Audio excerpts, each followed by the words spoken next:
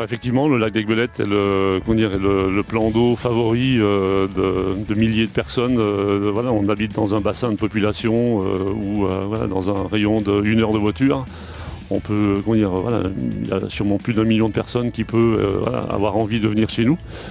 Donc ça se passe, on essaie de gérer ça au mieux possible.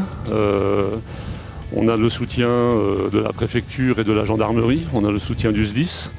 Au niveau des communes, on a mis en place aussi de manière relativement systématique du gardiennage avec des personnes qui sont là pour encadrer un petit peu l'arrivée sur les plages et faire passer un certain nombre de messages. Donc on peut dire que cette année, nous avons eu moins de problèmes que certaines années. Je pense que la première chose est due à la température, puisqu'en fait on a vraiment un effet canicule qui est vraiment prépondérant dans la fréquentation du lac.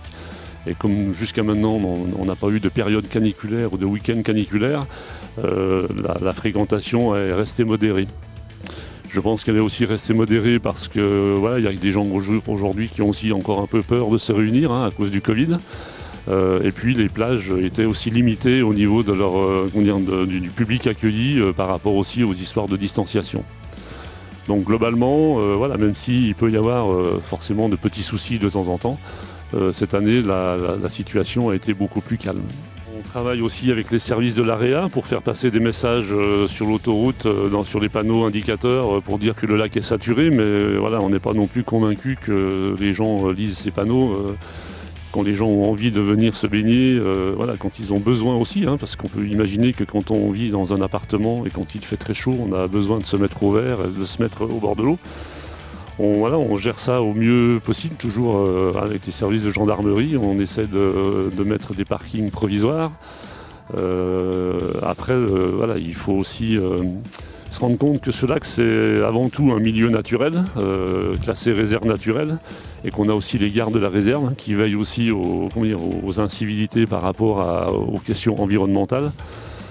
Donc on fait au mieux, et après il faut aussi se rendre compte que c'est des moments qui sont vraiment, qui sont très peu fréquents dans l'année, c'est quelques jours dans l'année, et que par rapport à la chance que l'on a d'habiter toute l'année dans un cadre pareil, voilà, on peut peut-être aussi à certains moments accepter de partager finalement cet espace.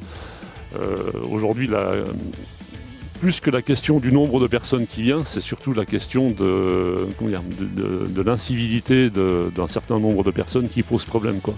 Parce que finalement, qu'il y ait beaucoup de monde, si tout le monde respectait la nature, respectait ses voisins, respectait la circulation, respectait les pistes cyclables, je pense qu'on pourrait accueillir du monde dans des conditions acceptables si tout le monde jouait le jeu et si tout le monde respectait l'ensemble des personnes qui viennent, qui sont là, et aussi la nature, la faune, la flore.